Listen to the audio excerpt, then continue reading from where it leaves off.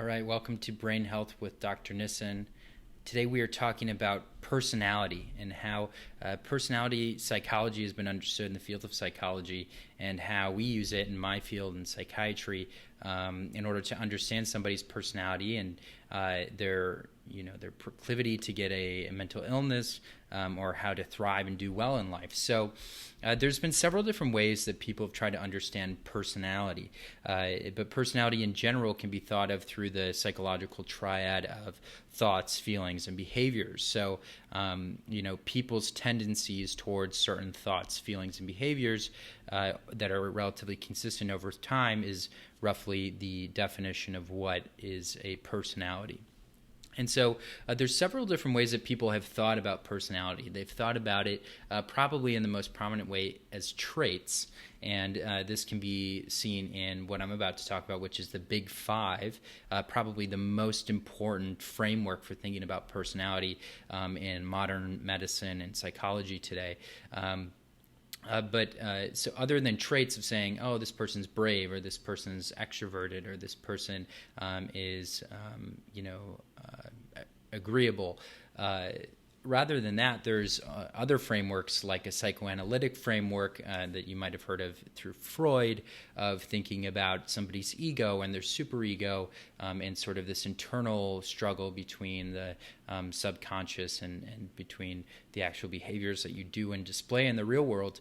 And then, there have been people that have been staunch behavioralists who say, no, everything is learned, and so fundamentally human beings are all the same, but what happens is that we all have learned different behaviors and feelings and thoughts through our environments that have conditioned us. So just like a rat that presses on a lever to get food, who think that, well, hey, people really don't have that different of personalities at their core, but rather they're acted upon by situations, and they change in how they think and feel and behave according to the situation that they come across. So anyways, there's so many different ways to think about personality, but traits is probably the most common way and the most important way from a research perspective and from a clinical perspective, but it's also the way that we, I think, best understand it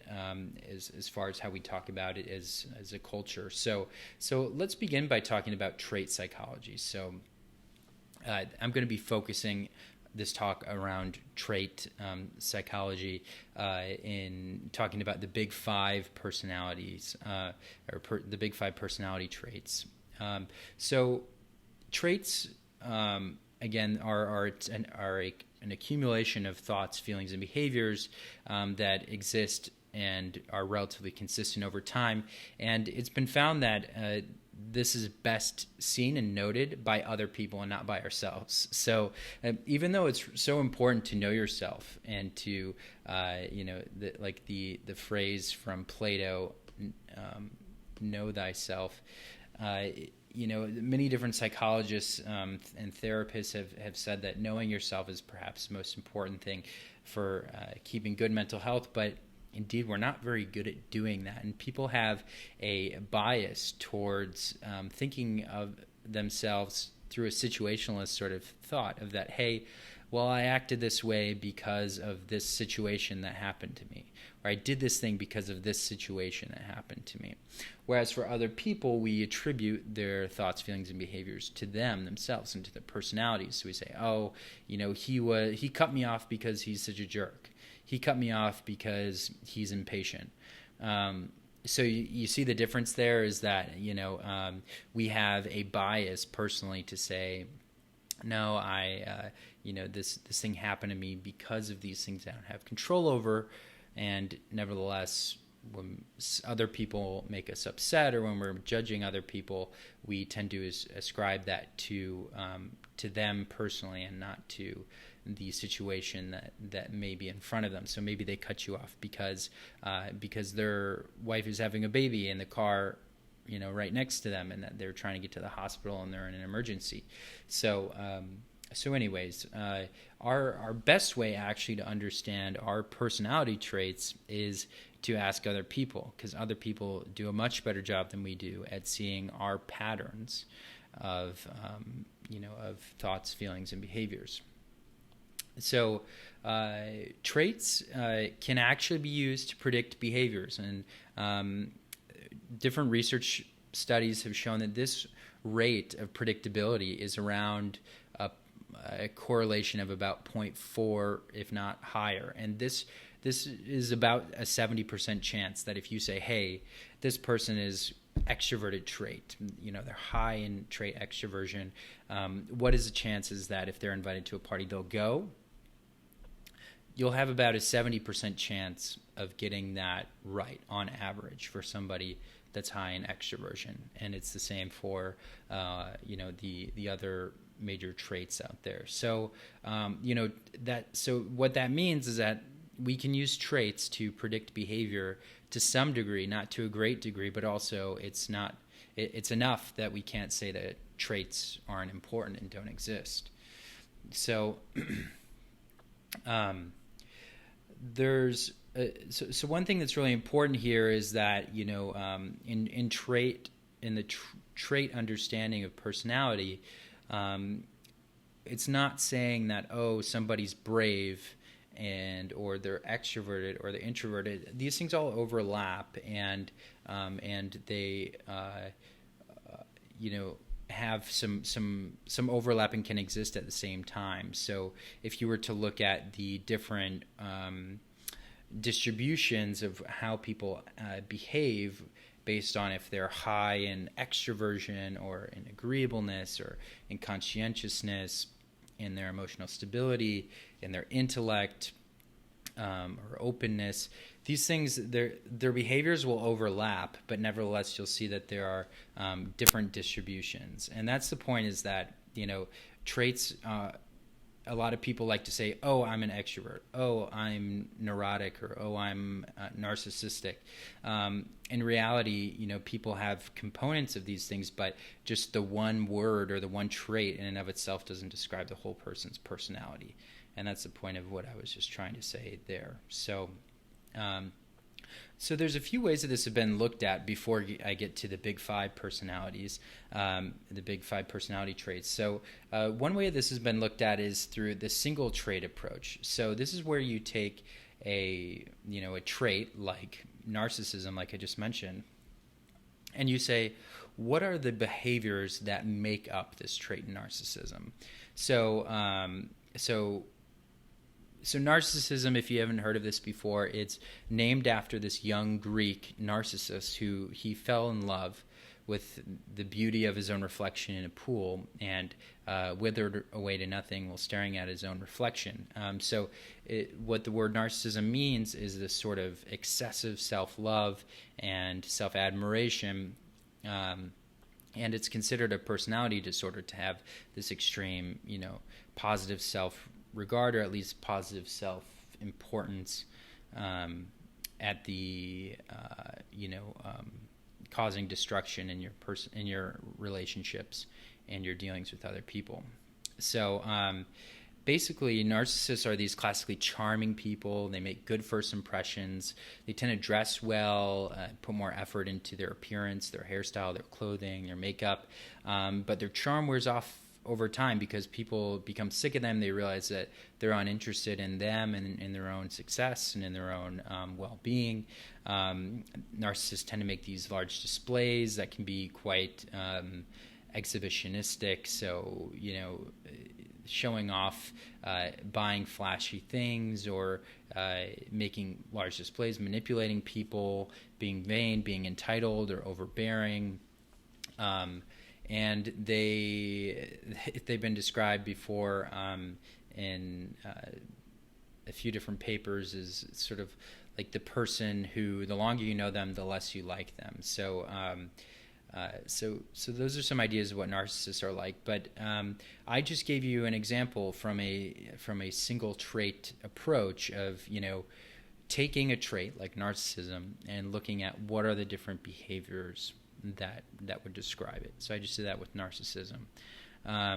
So in contrast, there's been this other approach, which is the many trait approach, and it's to say, what are the many traits that then create a common behavior? So this is backwards. Instead of saying what are the many behaviors that make up a common trait, this is saying what are the many traits that are associated with the common behavior. So if you take like a very rare behavior, like being a serial killer, you might look and see, well, there's many traits that are related to being a serial killer. Perhaps you're somebody that's manipulative, somebody that's emotionally detached, or somebody that has emotional instability, like neuroticism. There's multiple traits that result in this one behavior. So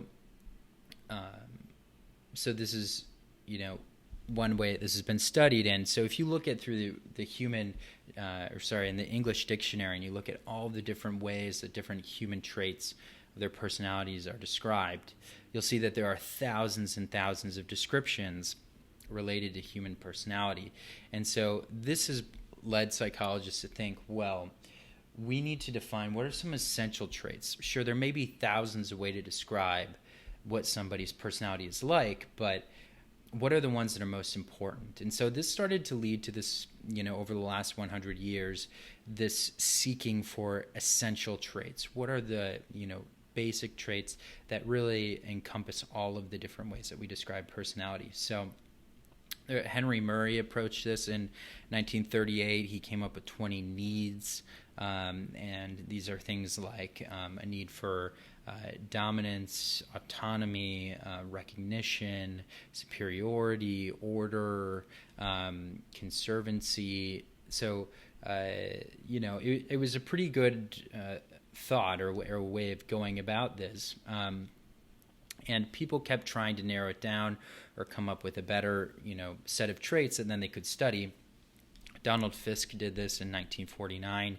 He chose 22 traits, and so some of these traits then included friendliness, intelligence, sensitivity, dominance, intelligence, and what happened then was in 1961, Types and Kristall were the first people to define these big five.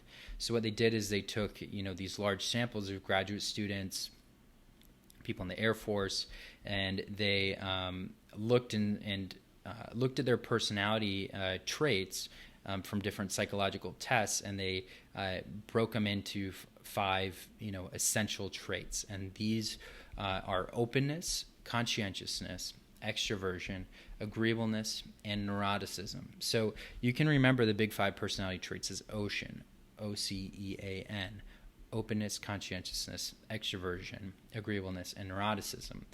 So what they were looking for in finding these essential personality traits is, first of all, that these traits are independent from one another to some degree. So orthogonal is the word for that. So that, the problem with a lot of these traits that are out there, the thousands of words in the English dictionary, is that bravery or brave also goes along with,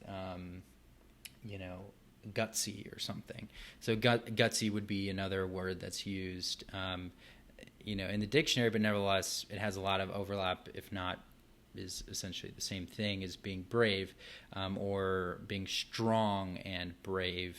There's a lot of overlap there. Rather, for the big five, they're orthogonal, meaning that in general, because you're high in agreeableness, that doesn't have a very significant impact on your chances of being high in conscientiousness or in extroversion. So it means that people can be a whole mix of different degrees of these traits without them impacting one another very significantly. So what they've done then to show that this is a real thing, that these big five personality traits are really important and are really important ways for understanding human personality traits and their behaviors, is that they've looked at and to see how predictive they can be of different outcomes. So Roberts and colleagues in 2007 published a great study showing that Big Five personality traits were more predictive of career success and health than other, highly correlated factors. So things like socioeconomic status, cognitive ability, these are things that, hey, you say somebody's got a lot of money, and if they're very smart, they have a very high chance of having high career success. But in fact, even more predictive of having high career success is what somebody's Big Five personality traits were. There is some overlap. I talked about how they're orthogonal, that they don't, interact completely, but there are some known ways that they can bunch together. So, for instance, if somebody's high in agreeableness, they're high in conscientiousness, and they're low in neuroticism, then this would be somebody who's very stable, so stability. Similarly, somebody that has high extroversion and openness, that would go together to be plasticity, kind of being flexible. So let me begin first by talking about what these are. What are the Big Five personality traits? So again, you can remember them with the mnemonic ocean. So first one, openness to experience. So this is actually, I'm starting with the most controversial one of the Big Five. It has multiple names. Some people have, prefer to call it culture or intellect, but it's classically known as openness to experience. And it's difficult to, it's been a bit controversial because it's the one that has the kind of most spotty replicability in different studies. But what it is describing people that are more curious, inquisitive, experimental, creative, imaginative, open-minded, or clever. So, openness, think of somebody who, is interested in other cultures, maybe that occasionally does some drugs, somebody who's an intellectual or a professor or who has, friends from a lot of different backgrounds, and they change how they dress or look from time to time. They go through different phases of different interests. These are people that have high openness. So open individuals have been shown to, like I said, do drugs at a higher rate, play an instrument. They're more likely to be politically liberal. So these are different things showed by Ozzer and Bennett Martinez, 2006, and in Paunanen in 2003. College students who had higher openness were more likely to believe in aliens and ghosts and UFOs. This was shown in Epstein and Myers' paper in 1989. And people that are high in openness to experience are generally viewed as being more intelligent, as being more original, curious, artistic, inventive. So they're definitely not somebody who's considered, boring or simple, or somebody that seems shallow in their interests in life. So these people, one flaw, and you'll see that each personality trait has its own flaws. So people that are high in openness tend to be sometimes a bit overconfident, meaning that they're more likely to say or overestimate their knowledge in a certain area, or say they're familiar with something that they're not very familiar with in reality. That was showed by Dunlop and colleagues in 2017. So that would be one downside to openness. Additionally, people that are low in openness would be higher in more kind of conservative ideals. So, and people that perhaps, so openness can perhaps create family discord, tensions between generations. It can, lead people to kind of disregard traditions that are important. So that's one of the downsides of openness. So that's O. C, conscientiousness, the next Big Five personality trait. This is comprising being careful, being rule-abiding or dutiful, diligent. And actually conscientiousness is kind of up for debate, but some studies show that it's associated with ambition as well. So this is conscientiousness, I like to think of as like the dream employee would be somebody that's very high in conscientiousness. This is somebody who does exactly what you tell them to do. They do it diligently. They're very careful. They follow the rules, and they never steal money from you or make big mistakes at work. So a conscientious person is a careful person.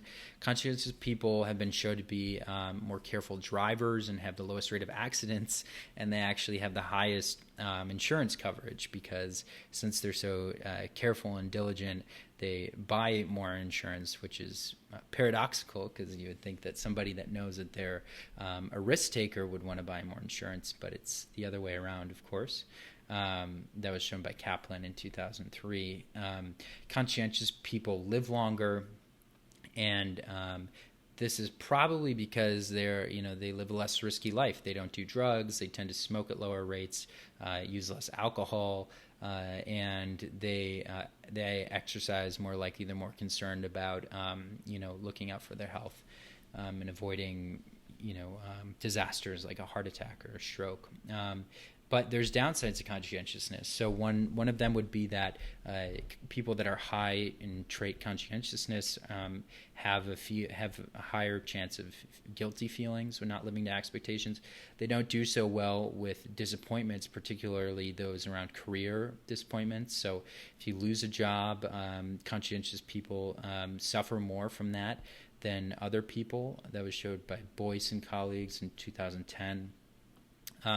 And if you're conscientious, you're not necessarily, there's no increase in your chances of being popular or being creative, and you're more conforming. So that might mean that maybe you get pushed around sometimes, or that you don't rise as sort of leadership. So those are some ways that conscientiousness is understood in both its positives and negatives. So next, let's go to E, extroversion. So extroversion is something that people are probably already quite familiar with. People think of it as somebody that's social, and that's one component of it. Another way to think about it would be that extroverted people are active. They're outspoken, dominant, forceful, adventurous, and extroversion has been described as spunky as well. Other people have described extroversion as being cheerful, upbeat, or optimistic, achievement-oriented. So extroversion is one of those where it's really easy to see pretty quickly when you meet somebody. When you meet somebody right away, you'll get a sense of how comfortable they are of being social with other people, taking initiative, and they have actually a difficult time trying to hold that down. So if you ever tell an extrovert that they need to be quiet or sort of, kind of sit in the back seat and not interact so much, they have a tough time with that. They tend to go to parties more often. They drink more alcohol on average. And as a sort of random but important fact, they've been found to fall into infidelity more often. This is shown by Schmidt and Buss in 2001, that because they tend to be charismatic and outgoing, and also they tend to drink more alcohol, they're more likely to fall into what's called mate poaching, where they fall into the seductions of other people. Other small things, people that are extroverted tend to walk faster, and this difference in walking fast between an extrovert and introvert actually increases with age. So, introverts who they tend to walk slower at baseline, and they tend to walk even slower as they age, while extroverts, continue to walk very fast. Extroverts are considered more attractive on average, and they tend to achieve higher social status, again, on average. A few other things that are positives about extroverts. A lot of the things that are important to extroverts and that make them feel good, like socializing, and also spending money on things like travel, food, and experiences. These are things that have been shown to actually increase happiness on average. So Howell, Chelin, and Ear in 2011 had a really interesting study about that, on how experiences, spending money on experiences rather than things, is really a way to increase your happiness. And that's something that is characteristic of extroverts, and they tend to indeed have more, higher rates of satisfaction in their relationships and in their life in general. However, extroverts, they tend to be more argumentative in their negative. They can be controlling. They can struggle with time management. Also, extroverts have a higher risk of becoming overweight, and that's probably somewhat related to their higher alcohol consumption and eating out more often. Although they do tend to get more exercise because they tend to lead more active lives. So those are a bit of some ideas about extroversion. In general, there's many ways that it benefits somebody to be an extrovert.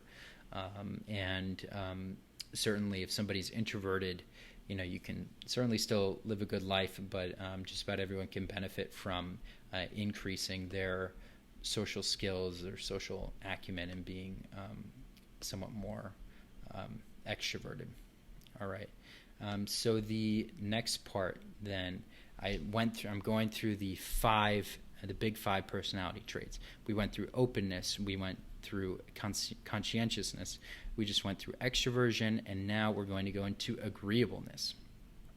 Agreeableness, this is something that I'm personally really high in, and you'll hear what it means. So agreeableness has been described as friendly compliance, likability, conformity, warmth, and love. It's been described as by Graziano and Eisenberg. There's benefits to being agreeable. It's important for cooperating with other people. It's considered to be an essential factor for existing well in civilization. And it's been shown to be present in multiple political leanings. So if you're politically liberal, your agreeableness might manifest more as like a compassionate sort of way of being. Whereas if you're more conservative, it might be more in your politeness and sort of hospitality. Agreeableness is a trait that tends to be identified quickly in interactions as well with new acquaintances.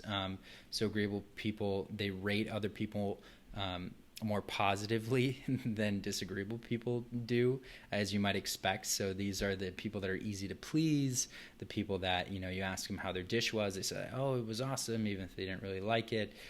Or they might actually believe that they liked it, even though it was on average judged to be a mediocre thing that you prepared for them. So they say less negative statements on average, and this trait is higher in females than in males. So agreeableness is higher in people that are involved in religious activities as well. It's associated with having a good sense of humor and having a lower likelihood of developing a mental illness. There's a couple interesting things here about the mind-body connection. So there's lower rates of heart disease in people that are high in agreeableness or of higher agreeableness trait. People that are agreeable recover more quickly from accidents and illnesses, quite interestingly. And newlyweds, where the female is more agreeable, tends to have more frequent sex. You could think about a few reasons why that might be. And agreeable people tend to have more social interests, better peer acceptance, and relationship satisfaction. Generally, being agreeable is something that's highly valued in society.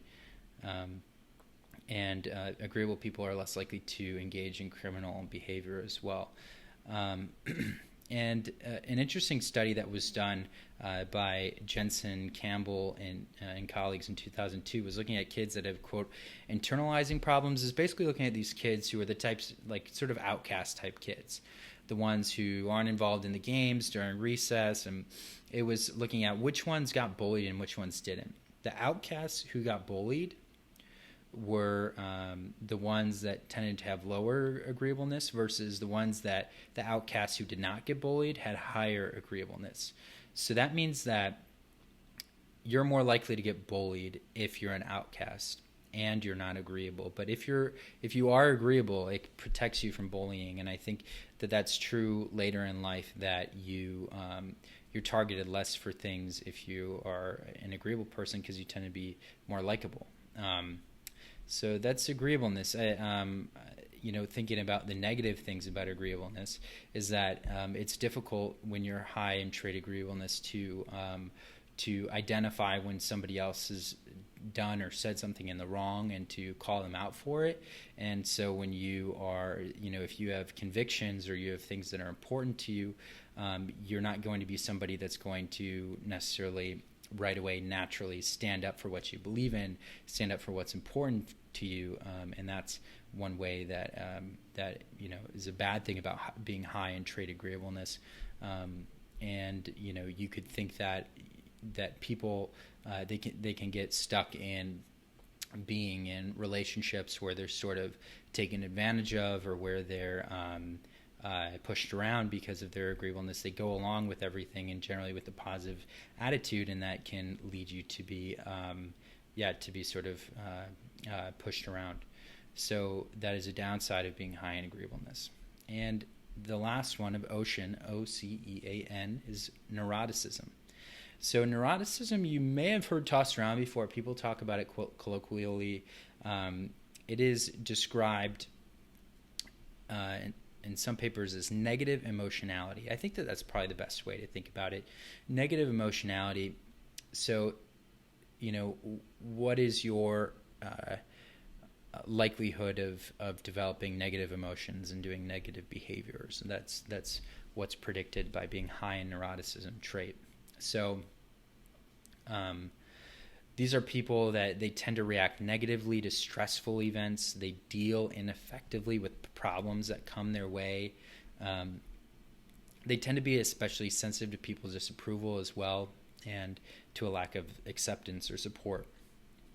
So neuroticism really is not good in just about every way. It's whereas the other ones basically have good components to it. It's hard to find positive things about having neuroticism, but we all have some degree of neuroticism. So, it's not to say that if you identify with some of this that there's something wrong with you. It's rather, it's something that we all have to deal with to some degree. So there's a strong correlation between higher neuroticism and lower happiness levels, poor well-being, poor physical health as well, and there's higher rates of complaining in people that are higher neuroticism. There's an association with lower happiness, greater anxiety in neuroticism, and so therefore there's also a relationship with a higher rate of mental illnesses and serious mental illness, things like depression and personality disorders, things like borderline personality disorder. And in the realm of relationships, neurotics struggle with their relationships. They tend not to be sought out as much. However, they tend to be less picky with their interactions. So if somebody is, puts advances on them, they're less likely to resist. And they, they are more likely to engage in criminal behavior and have problems in their family relationships and be more dissatisfied with their jobs. So, neuroticism, like I said, there's almost nothing positive about it, but we all have some degree of neuroticism that we need to manage. So these are the 5 traits of the big 5. And I think it's really important for all of us to be aware of what they are and to think, what are your own,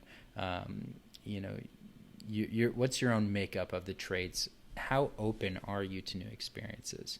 And on the flip side, if you're not very open, then that might mean that you're somewhat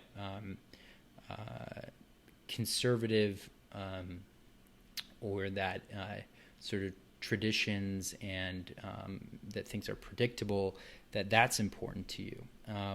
So think about that for openness. For conscientiousness, think about how careful and diligent are you in your tasks, versus, how much are you kind of more flying by the seat of your pants and sort of, liking to take where the breeze takes you. And for extroversion, how social are you? How energetic, outspoken are you? How much initiative do you have? How likely are you to start something versus to sort of keep to yourself and to seek time alone? For agreeableness, how likely are you to go along with things, to act in a comfortable way in your social interactions versus being confrontational with people? And neuroticism, how likely are you to have negative emotions, or how likely are you to go back and forth constantly between positive and negative emotions versus having emotional stability or having positive emotions quite consistently? Those are a few ways to understand this. So those are the big five, and that's the main thing that I wanted to cover today. But there's a couple other things that I wanted to talk about, which I find very interesting, and I thought a few of you might find this interesting as well. So, this is the essential trait approach that was taken for the big five, which is that there are 5 essential traits, and it's been argued now whether there's something missing from this, and indeed there's this possible big 6, or what is being called, let me see here, the hexaco. So, and it's called hexaco because they're adding an H, which is for honest humility, and then extroversion, agreeableness, conscientiousness, and openness. Hexaco. So this is something that's being studied right now, and they're considering adding this honest humility to it, and I think it makes a lot of sense. The idea is that none of these ideas in the Big Five capture how honest and humble somebody is.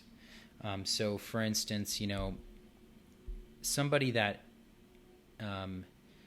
is, agreeable, for instance, somebody might be honestly or humbly agreeable versus somebody being dishonestly agreeable, which would be kind of manipulative. So you get sort of a totally different flavor based on how honest somebody's being, and I think that it adds an important component to this. So it's being studied. It's proposed, I think, by Lee and Ashton. So it might be interesting to see whether or not that's added to this as well. Another thing I wanted to talk about is, this is the essential trait approach, which is looking at what are some of the main traits. But another way that this has been thought about is in the single trait approach versus the let me see.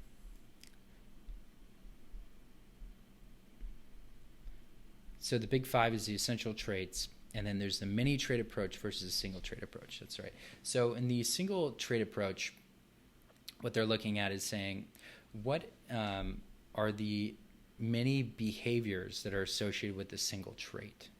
So if you look at some ways that we've thought about single traits is in the personality disorders. So narcissistic personality disorder, borderline personality disorder, there's several of these, and narcissism is a really great example here. So you say somebody has narcissistic trait. So what is out on that one trait, what are the many different behaviors associated with that? So in narcissism, it's one trait, but the behaviors associated with that is being classically charming, making good first impressions, dressing well, putting more effort into appearances, hairstyle, clothing, makeup, but with their charm wearing off over time. So that's one example of that. And another example I found was really interesting was this idea that was raised by Snyder in 1974. It was self-monitoring trait, and it's something that really resonated with me, which is this idea of, to what degree do you monitor your own behaviors and the social environment and change yourself accordingly. So basically, to what degree are you a social chameleon? And so this trait is that whether someone's a high self-monitor versus a low self-monitor. And so basically, somebody that's a high self-monitor is somebody that's a chameleon. They're monitoring the social environment, and they're changing themselves and how they act according to that social environment. Versus somebody that's a low self-monitor is somebody that is what's called being easily judged, or somebody that would be what's called a good target in psychology, which is that they're an open book. You get what you see. So, that's somebody who's, Simple Farmer Joe, who's Simple Farmer Joe at a fancy wedding or a fancy restaurant versus in his, dining room versus, sitting on his chair. He's the same person in all sorts of environments and doesn't change how he is. So that's one example of a single trait that would be associated with a lot of behaviors. And that's what's seen in all the traits in the Big Five. But I found the self-monitor to be an additional trait that's interesting to explore. And then narcissism being an example of another trait that doesn't quite fall well into the Big Five. You could say that somebody that's high in narcissism would be somebody that's very extroverted, but they would be low in agreeableness. They'd probably be low in conscientiousness as well, but they'd be very extroverted, and depending on the narcissist, they would have some degree of neuroticism or not. So another way to think about this is the many-trait approach. So instead of looking at one trait and looking at all of the behaviors, this would be looking at one behavior and looking at all the traits associated with it. So a good example of this would be the extreme case of the behavior of being a serial killer. And so it may be the case that there's multiple traits associated with this, like being sort of cold in your interactions, or having emotional instability, things like that. There's multiple traits associated with the one behavior. So this is something that's been looked at in the political realm, and Jonathan Haidt, he's a psychologist, just recently, he's been publishing a lot on this and speaking on this a lot lately about politically how there's different ways that that political groups have different traits, and so there's equally defensible values that each political group has. Conservatives and liberals both seek sort of what he calls harm/care, so a sort of kindness, gentleness, or nurturance, and conservatives and liberals both also care about fairness and reciprocity, so justice, rights, and fair dealings.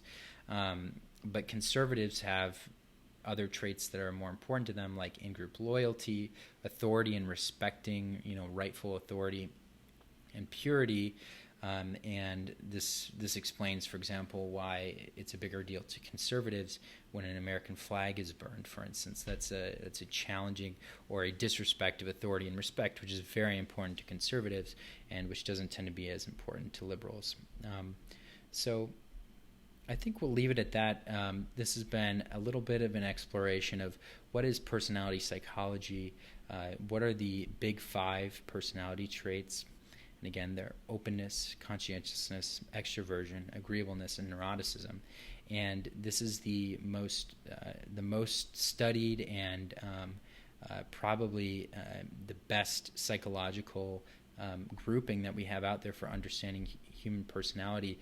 And it's not to say that somebody is, one of these traits or the other. Remember, everyone's a combination of different degrees of each of these traits, but there's other ways that humans are, that you can understand human personality, and this is something that I'll be exploring in the next episodes here, is looking at how it is that types of people could be attempted to be captured, not just what their traits, but what about types of people? What about the role of the subconscious, or sort of the Freudian psychoanalytic approach? So we'll talk all about those in the next few episodes. I hope you found this helpful, and please share it with somebody that you love, somebody that would find this interesting. Let them know about Brain Health with Dr. Nissen, and I appreciate all of your love and support. Thank you very much, and have an awesome day.